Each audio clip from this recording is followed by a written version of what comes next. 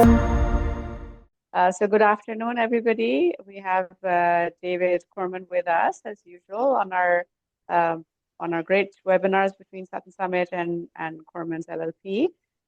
We changed our topic today, and we are talking about the new bill that's been introduced, which is the Bill 60, and it has a lot to do with real estate rentals, a lot of different changes coming into our industry. So I'll give it over to David and let him put some light on it. Okay, thanks, Sabiha. Maybe it was just confusion on my part because I didn't prepare for that webinar. I thought we were going to talk about Bill Orr turning 60. So I thought that's what the topic was for today. Very funny. But Bill's not even on here. He's always on here. And I thought we'd all just tell stories about Bill turning 60. That's brilliant. We have to share this with them at the Christmas party then. Yeah. The joke. All right. Well, I'm very disappointed, but you're going to have to just bear through this. Then we're going to talk about something not as exciting or as much fun as Bill Orr. This is Bill 60. No relation, I don't think. And Bill 60, that was just passed by the provincial government. And the actual name of the act is the Fighting Delays Building Faster Act of 2025. Weird name to a bill, but you'll see this bill tries to address three different issues. So we'll get into it and I'll explain what they're trying to do here. And let me just skip through a couple things here. And like Sabiha said, we were supposed to do another topic today, but Bill 60 sort of got fast-tracked through the provincial government. It was something that Doug Ford promised he was going to do in his election, that he was going to pass some legislation quickly to try and address a couple things. So when David Gorski and I were doing our podcasts a little while ago, this had just been released, and we decided we should do an audible and change our podcast and let's do something on Bill 60 so we can get some information out. And we did 3 podcasts on it. I think 2 of them for sure have been posted already, if not all 3. If not, the third one's probably being posted tomorrow. So you can also get some discussion there as well if you want to watch or listen to the David and David Real Estate podcast, wherever you listen to podcasts, or watch it on YouTube. So we had some discussion there. And then we thought, okay, because this is timely, let's do a webinar on this, and we'll push off the webinar we were supposed to do today on the topic that we're supposed to do today. We'll push that into the new year, which we're doing. So we wanted to just get some information to you while it's still sort of hot off the presses. And some of you are already on top of this. Some of you are already looking into this. Some already know about it. I saw a posting by Ash Alice already talking about this, about Bill 60 and some of the effects it's going to be. But we're going to summarize this for you for the next 45 minutes or so. And so just understand where this is coming from. It was a promise by Doug Ford during the campaign. There's some pressing need. In particular, there's a housing shortage. And we got to address this housing shortage. And the federal government's trying to address it as well. The recent budget that the Liberal government of Canada came up with, Mark Carney's Liberals, had some things proposed in their budget that's going to address some of the housing shortages and try and speed up the process for development to create housing a little bit faster, a little more affordable, et cetera, et cetera.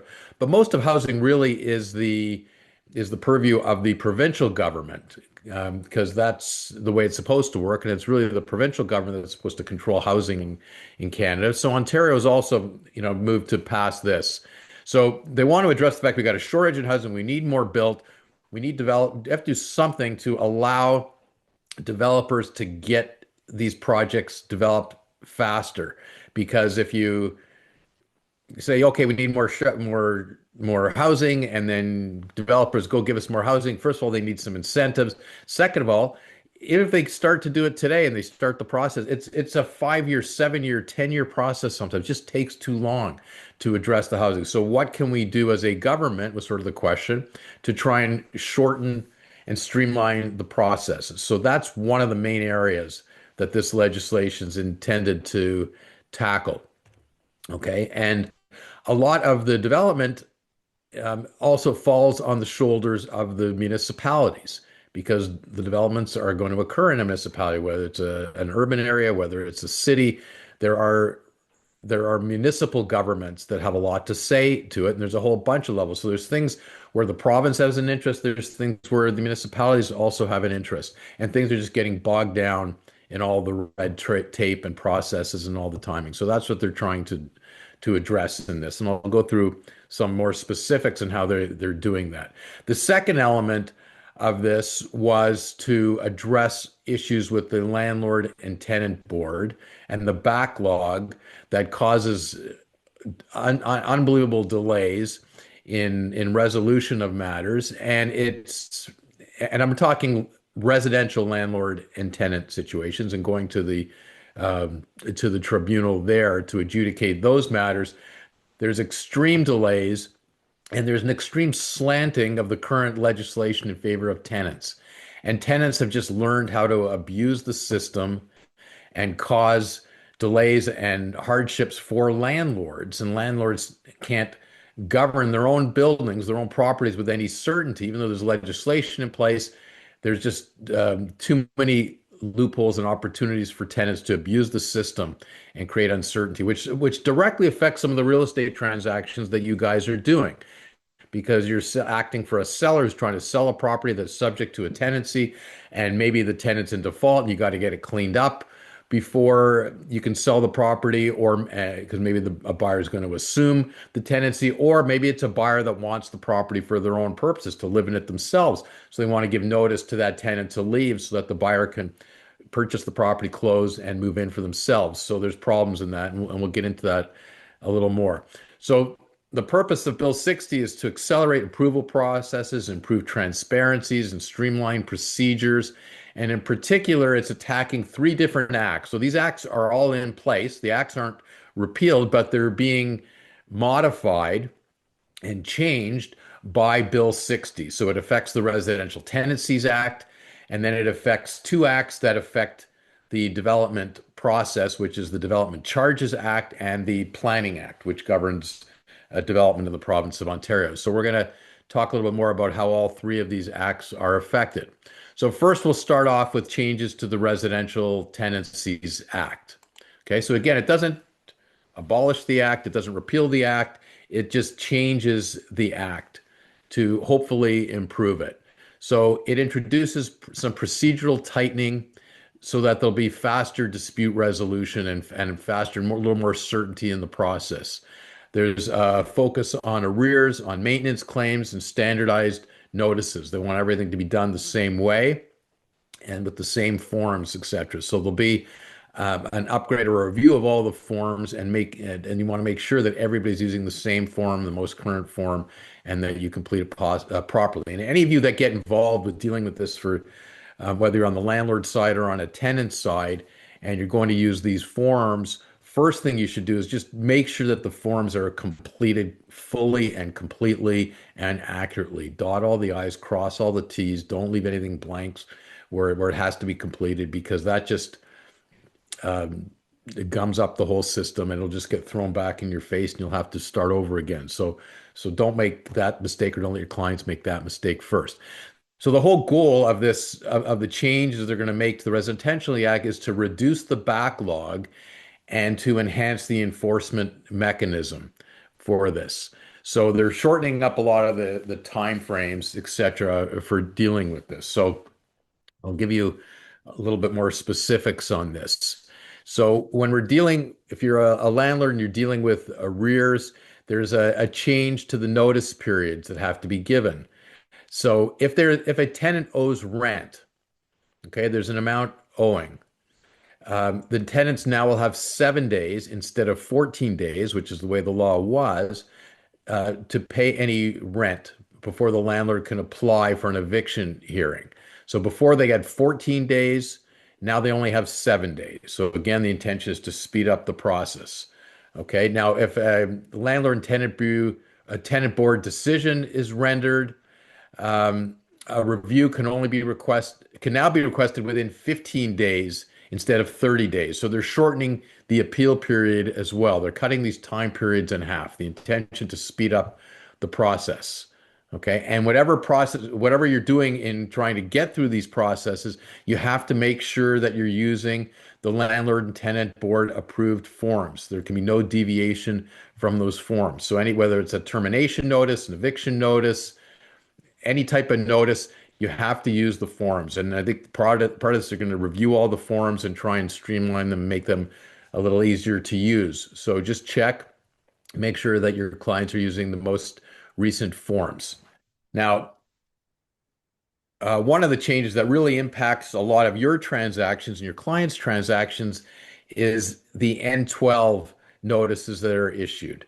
So any of you that maybe aren't familiar with the N12s, if a seller that wants to sell their property subject to a tenancy to a buyer that wants to move in those situations, a notice, which is an N12 notice, can be given to the tenant saying the property is being sold to this buyer. The buyer is going to move in for their own use as their principal residence, for their own, it has to be bona fide, etc. And there's been a lot of abuses and attempts to abuse it, whether or not it's a bona fide use by the buyer. But just assuming it is, they would issue these N12 notices. Now, part of the process when you wanted to do that was the owner, seller, landlord had to give the notice, but also had to pay 1 month's rent and compensation to the tenant for issuing that order. Sorry, that notice. And then the tenant, in theory, is supposed to comply with it and move out. Now, Bill 60 removes the requirement to pay that month's rent and compensation. So that no longer has to happen. So they're trying to even it up a little bit from a landlord's point of view. So previously, the compensation was mandatory to protect the tenants from misuse of these own use evictions, and landlords were abusing this. Owners were sometimes providing fake notices because they wanted to get tenants out, or buyers were providing fake notices because they wanted to get the tenants out because they really wanted to lease it out to somebody else. So that's why there was this built-in compensation, but they're getting rid of that. But now this Bill 60 shifts the focus towards faster vacancy turnover, aligning with the bill's broader goal of accelerating the housing availability. They want these units to be available for housing. They want people to get in there and occupy them. So they're shifting the mechanism a little bit. Now, I don't want to sound like a total skeptic on all these things, and I hope all of this works and the goals are achieved. But I want to just give you an example of how the system was abused by tenants before. So we had a situation, we had a acting for a landlord owner of a property that had 3 residential units in it, 3 different floors, different tenants on each floor, each subject to a lease. They decided they wanted to get out of the residential landlord business because they were mostly commercial landlords, and they were just too frustrated with dealing with the residential tenancy board whenever an issue came up, and they just had enough. So they said, okay, well, let's get out of it, let's sell it. They happened to find a buyer that wanted to convert the property and all 3 floors into one single family residence and they have a large family. They wanted to really move in. This was bona fide. They wanted to convert this, move into the whole building for their own use. So it was a perfect fact situation to issue the N12. So they issue the N12 properly. They serve it properly. The notices are correct. Everything is done properly. They agree to pay the 1 month's compensation to each of the tenants like they're supposed to do.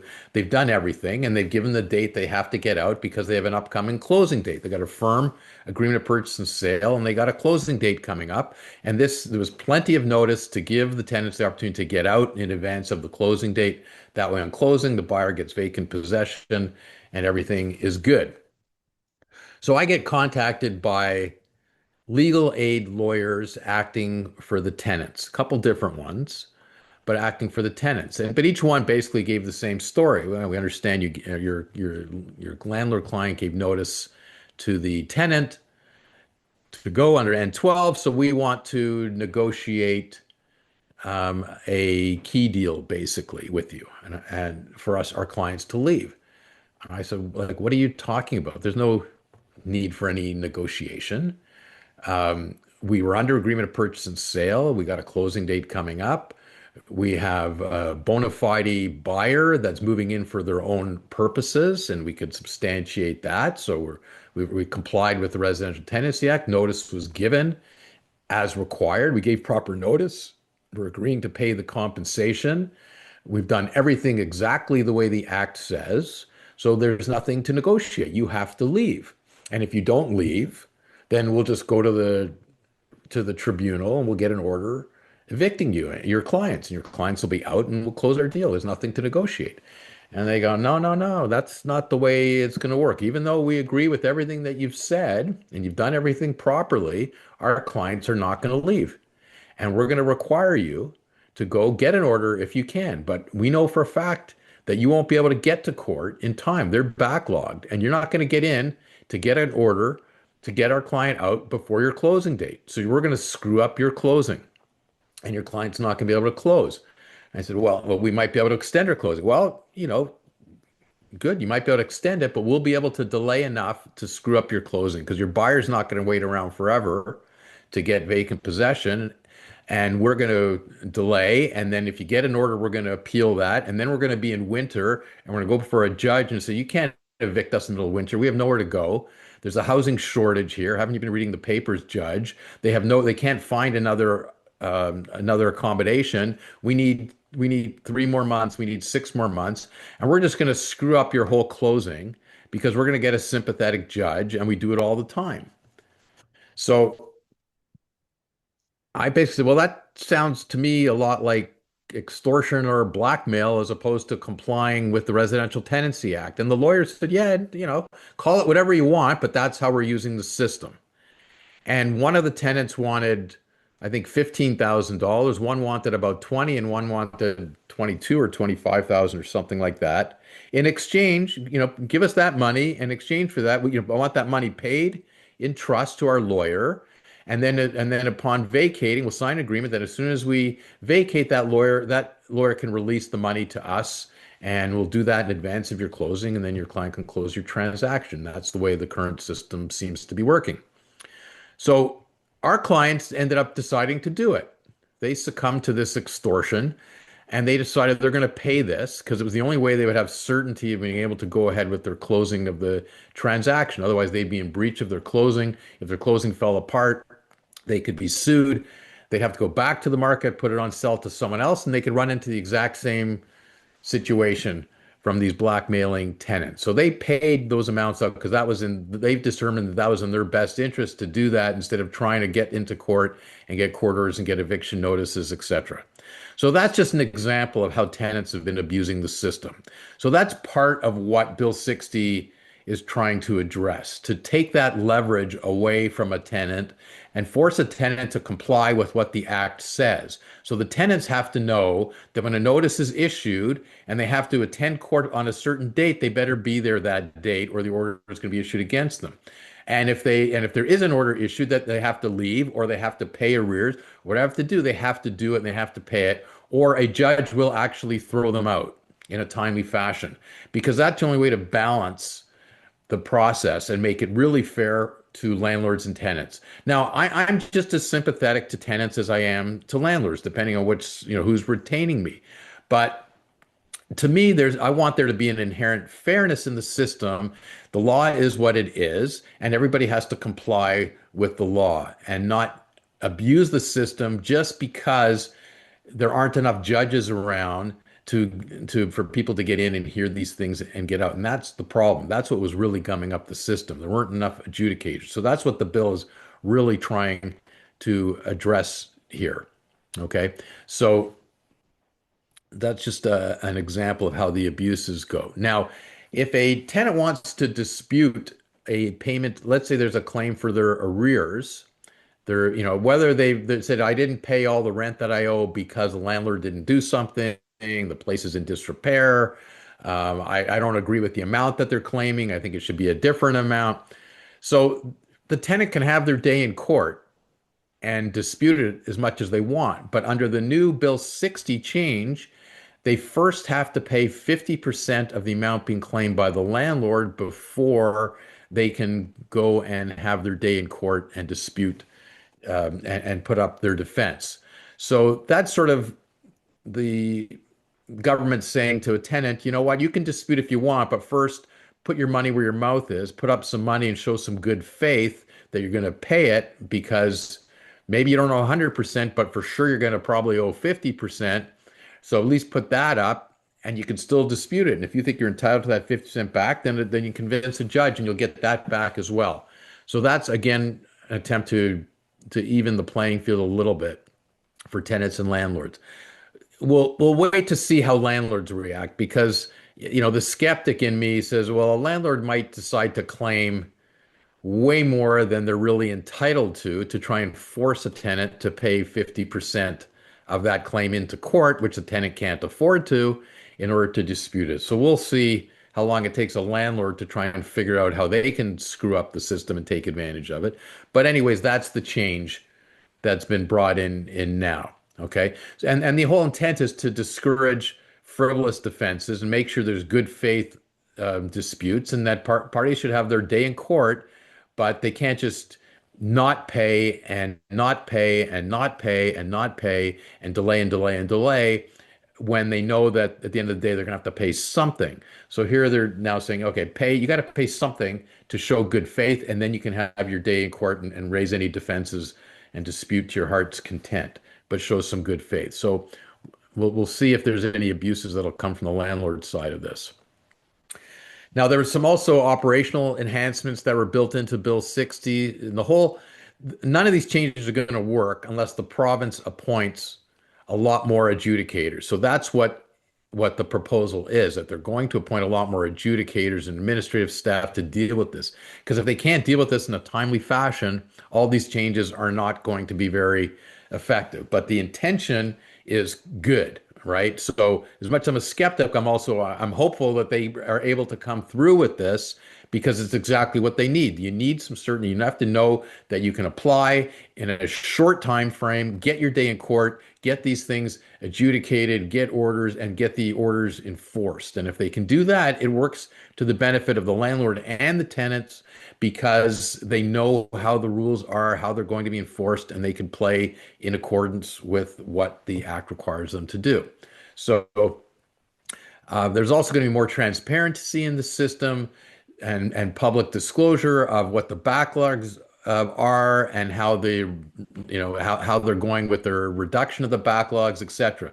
So I think if you get the exact same fact situation today that my client dealt with last year, they might approach it the same way. If it was today, we might still be in a blackmail situation because there aren't enough adjudicators appointed yet.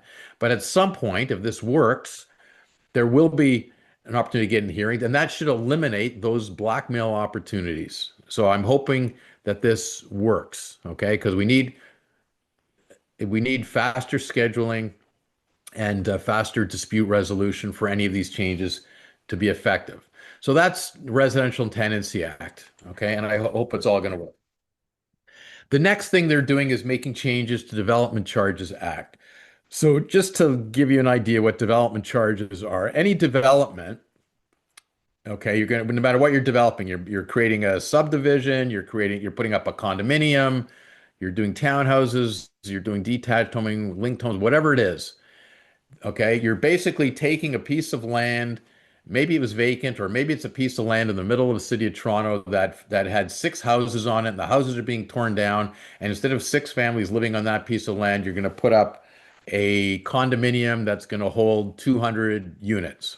So you're obviously creating a lot more density in the use. So the municipality and the province have to weigh in on these developments, because if you're going to put 300 units in where there used to be 6 units, a lot more density. Do we have enough sewer capacity? Is there enough water capacity? Are there enough utilities to that property? Do we need to improve the roads? Do we need to improve the traffic lights? Do we need to improve the transit to the area? Do we need more schools in the area? Do we need more parkland in the area? All of these things come into play because we need the infrastructure provided by the municipality and by the province. So who pays for that? The developers pay for that through development charges. They pay the municipality, they pay the province through development charges. And they might be in the form of different, sometimes they're called development charges, sometimes they're called levies. Could be a transit levy, a park levy, an education levy. They're called different things, but they're all development charges of one form or another, because that's money that's going to be used. So the municipality, the province, okay, you can put up this condo here, but we need you to pay a certain amount of money because we got to improve the roads and improve the add another school and add another park, whatever it is, right? So they got to figure out how much to charge those. Now the developers in turn, are going to want to know what those costs are, because they're going to build those costs into how they're going to price the units that they're selling in that condominium, because they want the buyers to ultimately pay for those costs. Those development charge costs are part of the cost of building that, the same way that the bricks and mortar and the drywall and the lumber and all the other things are. These are just costs of developing. So they want some certainty to know what these amounts are going to be so they can build it in. And for those of you that have ever dealt with new construction, you know that there's always an adjustment clause in new construction's agreement of purchase and sale that says something to the effect that if there are any new development charges or levies of these sort imposed by a province, municipality, any governmental authority after the time the agreement has been signed, that the buyer will bear the risk of that and will pay for those amounts, because sometimes the development charges aren't known when it's priced out, or sometimes there's just new development charges that are added on a municipal level or a provincial level after the agreement of purchase and sale is signed. Because a lot of times the agreement is signed and it could be 3 years, 5 years, 7 years till the building actually gets constructed. Governments change. Sometimes there's additional development charges of some sort that are being imposed, or an increase to existing development charges that were known at the time the agreement was signed. So the builders want the buyers to bear the risk of that. So when we're reviewing an agreement of purchase and sale, we're always trying to delete that adjustment clause. And if we can't delete it, we want to at least put a cap on it, so a buyer can have some certainty with potential development charges. So maybe we cap it at $5,000. So if there are new charges that are added after the agreement's signed, and let's say it's $10,000 worth of development charges, our buyer only has to pay $5,000 of that, and the developer has to look after the balance of it, whatever they are, so that the buyer's not bearing all the risk and has a little more certainty. So anyways, the problem is the builders, the developers have a lot of uncertainty because they have to go through so much red tape in getting these development charges determined. So that's what this bill is trying to address. The bill wants to emphasize transparency, accountability, and predictability in these development charges. So the province of Ontario, in their wisdom, is saying, we don't think the municipalities are doing a good enough job in determining the development charges, explaining what they are for, and showing their process, and doing it fast enough. So the province wants to have some oversight over the municipalities. So that's what was built into this legislation. We know better. We as the province know better. We're going to force municipalities to act more efficiently and more transparently and get these processed quickly so we can know what they are and know how the money is being spent. So obviously this is going to impact the developers and impact the municipalities and all of the buyers eventually. Now, hopefully for the good, because we're going to get all these amounts determined quickly, more predictably, and that then eventually that's going to all filter down to buyers and know what they're facing as well. So that's what Bill 60 is intended to do. So, and a lot of it is, where's this money going? We're implementing these development charges. Where is the money going? So there's going to be a mandatory creation of a separate land acquisition category within the development charges, because we want to see exactly what that is. They want detailed public reporting on the development charge collection, allocation, and expenditure. They want there to be transparency. They want it to be publicly reported. What are they collecting? Where's the money going? Okay, so that, I don't think anybody can argue that's a bad thing, as long as they find, the proper mechanisms to make sure these are being done properly. So the municipalities are going to be required to publish their background studies before they pass any development charge bylaws. So they can't just pull money and amounts out of thin air. They have to publish the studies that they're relying on to determine what those development charges are going to be. So because they have to do that, the hope is that they're going to be more reasonable and accurate, and instead of saying, well, we're not sure how much it's going to be, so let's just charge X dollars. No, they say, no, you have to figure out what they're going to be. You have to publish the studies and show where the money is required to be spent in order to provide whatever services you're going to provide. So the provincial oversight is a key component of this as well, because the province doesn't think that the various municipalities, and if you look at it, there are so many municipalities, and some obviously do a better job than others, but the government wants to maintain the oversight and have more oversight in dealing with this. So the government has the right to request any supporting documentation for development charges at any time. So the municipalities have to maintain better records and form service level policies, and the oversight may constrain municipal spending flexibility and budgeting strategies. So they can weigh in on all of this. So all of this could be great if you get the municipalities more efficient, which is the goal. If we can get the municipalities more efficient, they'll approve these development charges faster and more streamlined, and they'll be able, they have to justify all their spending. And then there's more certainty, and then the developers can run with that, know what the numbers are going to be, and then that'll trickle down to more certainty for buyers, et cetera, et cetera. And that's all great. Okay. But again, this is not going to actually work in practical terms, in my humble opinion, unless the province is very capable of doing oversight as well. So, if you ask the opposition parties, they're going to be slamming Ford's government every step of the way, because they're going to be challenging them on whether they're doing proper oversight or whether they're capable of doing proper oversight, et cetera. So there's going to be all kinds of political debates as this goes forward. But I think in theory, this is good. If it works, this is all good, because, anything that's going to push the process, cut some of the red tape, it's got to be a good thing. And we need more certainty in development charges and the decisions on those development charges in order to get these projects developed in a more timely fashion. So hand in hand with all that are Bill 60 changes to the Planning Act. So the Planning Act is the provincial act that applies and controls all the development of property and regulates how properties are developed in the province. So for example, if someone can't just say, okay, I'm living in this detached house on a lot that I own, and I want to just sever this lot into two pieces, tear down my house, and I'm going to build two houses, or I want to sever it into four pieces, and I'm going to build four properties. They can't just do that on their own. Okay. They have to go through a process, and that's all governed by the Planning Act. So they can apply for sevens, they can apply for variations, they can change uses of properties, change bylaws, things like that. But you have to go through a process that's all governed by the Planning Act. So that's just on a small scale example. On a larger scale example, you're talking about subdivisions and big development, commercial, industrial uses of lands. They all have to comply with Planning Act requirements, and there's a process to go through.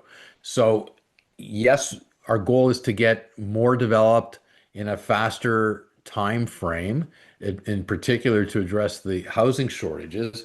So one thing that the government decided we got to do is we got to fix some of the provisions in the Planning Act to create more certainty, more transparency, for there to be more oversight in how the process goes, et cetera, and cut some of the red tape, which is basically what they're trying to do here.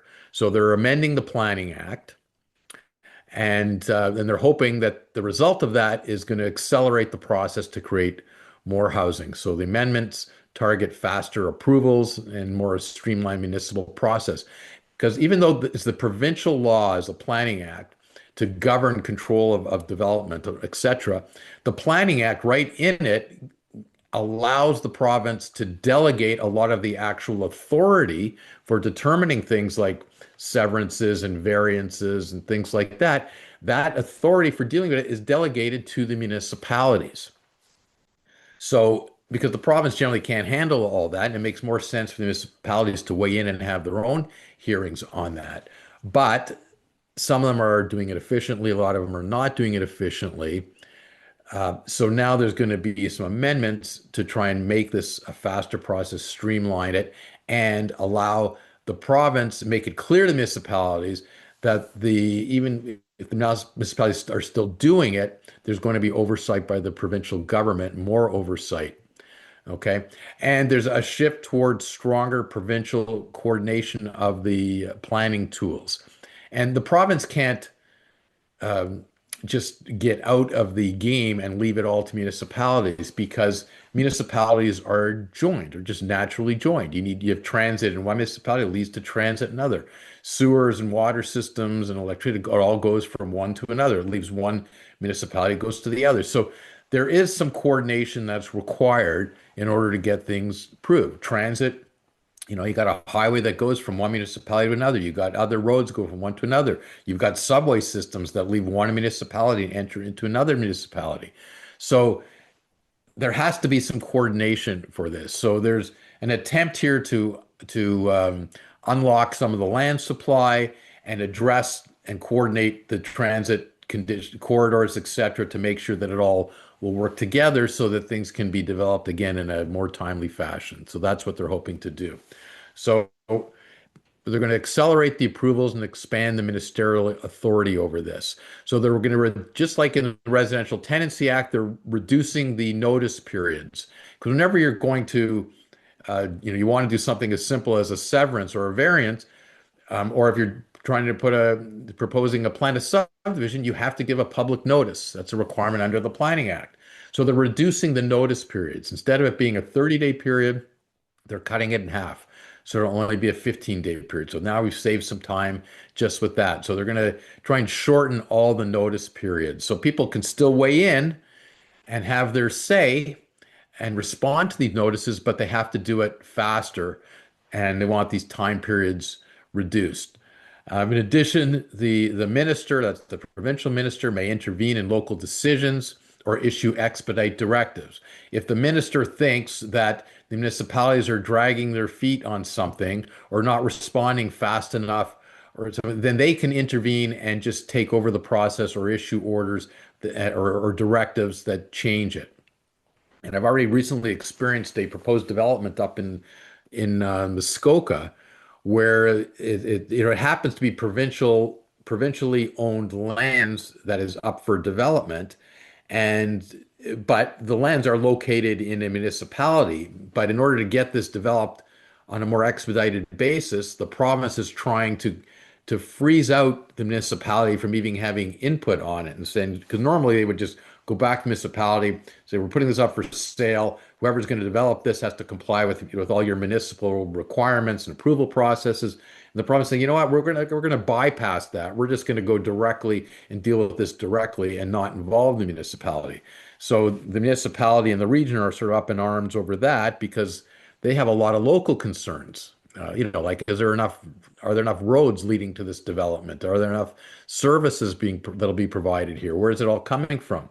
Are there environmental issues? They don't want any of this to be bypassed, but that's an example of the minister on the provincial side having the ability to do some of that and bypass some of the municipal involvement and expedite these developments. So potentially a good thing because it speeds it up, but something that's not a bad thing to have the local people have some input on this too. So we're going to have to see how this plays out. So this also reduces mandatory study requirements for certain rezoning applications. So I'm not sure. We'll have to see whether or not that's going to be a good thing. So to reduce mandatory study requirements doesn't necessarily mean eliminate them. It might reduce the time frame that some of them are going to be done in. Maybe some things are going to be eliminated. I'm not sure. We're going to have to we get more detail once regulations and everything are passed. And just to make this point, anytime there's new laws like this passed, you get the basic law passed. Bill 60 has the basic outline of the changes that they're going to do. But a lot of things sometimes can't be addressed in the passing of the law and even expedited the passing of this law. So some of it we don't know exactly how it's going to work until they also pass some regulations and give us a little more detail of how they're going to implement some of these changes. So we don't have that yet. So we're going to have to see as these things get implemented. Now, there's a transit-oriented development and servicing coordination. There'll be some new tools to support higher density transit-oriented development, because obviously that's what's going to really address some of the housing shortage, especially the affordable housing shortages. You need higher density, but if you're going to have higher density in certain areas, because people want to live, for example, in the GTA. So it doesn't just work to, okay, let's do a lot of development, 300 miles outside the GTA if people want to be closer to the GTA and there's land that's closer to the GTA. But if we're going to build it, we need transit. We need to get them because they actually work in the GTA. So that's just an example. So how are we going to do that? So there's new tools that are being proposed to that. We also need a lot of coordination. The province has to be able to coordinate the water and wastewater and servicing across the agencies. So there's various agencies. There's just too much red tape because too many agencies weigh in on everything.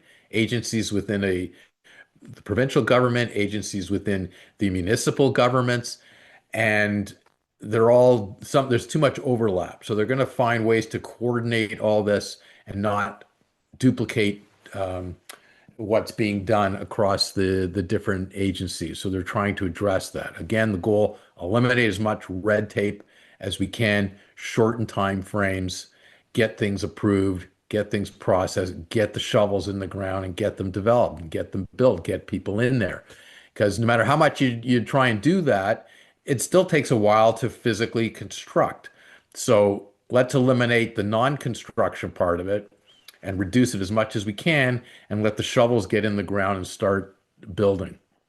So they want to unlock the lands that are really ready for development, but they're just being, they're being constrained by these infrastructure gaps and gaps from getting from one municipality to another and everybody weighing in on it. So they're trying to reduce all that. So in general, I think you can see what the intention is of Bill 60. Okay. And I commend them for doing this. Okay. First of all, it's always great when a government, when they call an election and they run on certain things and they make certain promises. And one of the promises that they were making was, we have to address this housing shortage issue. We got to cut some red tape. We got to find a way to get things built and developed, et cetera, et cetera. So there was lots of talk. All the parties, were coming up with ways that they thought they were going to do it. So they were all making promises, but Ford's government got elected, and they not only did they promise to address it, but they promised to pass a bill to address it quickly, and they did. They pushed this bill through really quickly. So that was the first example of them cutting their own red tape and expediting the process and getting this drafted and passed and having all three readings and get it through the government and getting this approved. So I commend them for getting this turned around as quickly as they've been able to do so far. I hope that this all works. I think we all hope that it's going to speed up the process because it's going to put more units out there. It helps the overall economy. It certainly helps your business and my business to have more available on the market, more opportunities, et cetera, more transactions for everybody, and more certainty with it. Or when we have more certainty with things like development charges, it allows our buyer clients to be able to proceed and with a little more certainty, and developers can go ahead because there's so many projects that are just in limbo right now. I've talked to developers sitting on land that are going to be developed for condominium projects and subdivisions for detached homes and townhomes. And they're just sitting. They're saying, well, maybe by 2028, we'll be able to put a shovel in the ground because they're just stuck in so much red tape and uncertainty. And part of it is the stalled economy in general, but a big part of it is they just can't get their approvals done fast enough. And there's just too much red tape. So 2028 to me seems like a long way off, but I think we're going to see a real boom in the construction industry, which is eventually going to be great for all of us because it adds to our economy. It gives them more opportunities, more choices, and it's going to have more transactions. When people are buying new homes, they're going to sell their existing homes. You're going to act for them on helping them buy the new home and make that move and sell their existing homes, et cetera, et cetera. More transactions for all of you. So this is a good thing. Okay. I think, I hope, and I wish them all the best. And I hope that they can implement it and get everything in place. So until they do, until they do get all the implementation and all the rules and regulations passed and everything, there's always going to be some uncertainty. But the goals are good. Give the developers a little more predictability, make the municipalities streamline their processes, make them be more transparent, make sure they come up with proper numbers and that they comply, knowing that if they don't, there's oversight by the province, and the province might step in and do it for them if they're not doing a good job. So that might push them to be more efficient as well. And then certainly on the residential tenancy side, I think we all need that in the businesses that we're in. We need an ability for landlords and tenants to resolve any disputes in a timely fashion. We need more certainty in the way they're going to deal with it because even though we have a residential tenancy act, it just doesn't work properly the way it is. It's too open for abuse. So hopefully this is going to get rid of some of these loopholes and stop tenants in particular from taking advantage of the process to the detriment of landlords who are not trying to be slum landlords or not trying to be bad landlords. They're trying to be good landlords and trying to abide by the Residential Tenancy Act. But it doesn't help you to have one side comply with it when they have no ability to enforce the other side to comply with it because it just wasn't working. So I'm really hopeful that Bill 60 is going to tighten that all up and deal with it.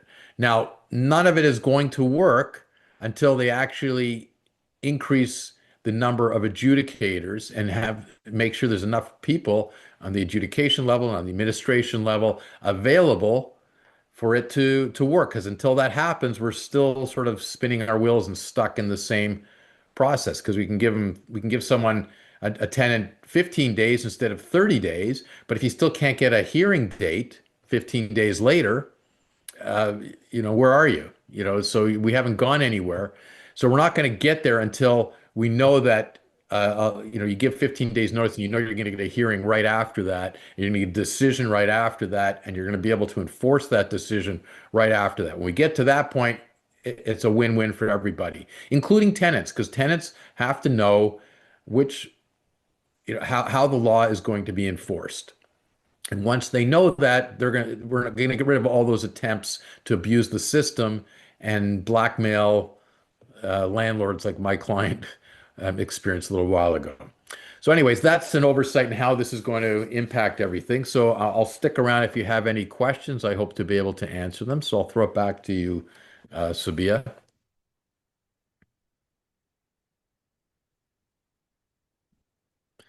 Anybody there? Sorry, Yes, I'm here. Sorry, I was on mute. You guys can hear me, yeah? Yeah. Okay. So, no, very interesting. Lots of good changes. Hopefully, yeah, will bring a lot more people on the table to actually buy properties.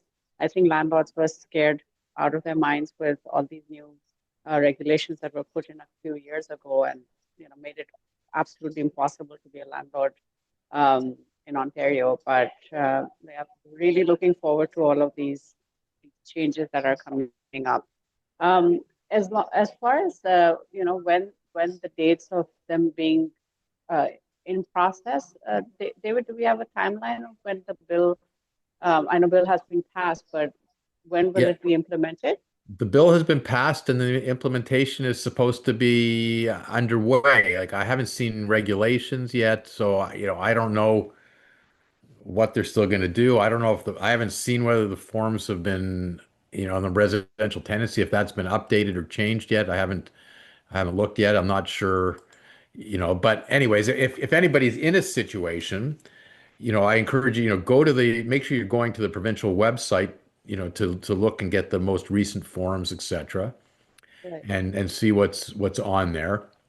And if there are disputes, residential landlord tenancy disputes, um, you're generally not getting lawyers going to these hearings. Okay. Our office certainly doesn't we don't do litigation anyways, but we don't go to that. But I don't even have lawyers to refer you to.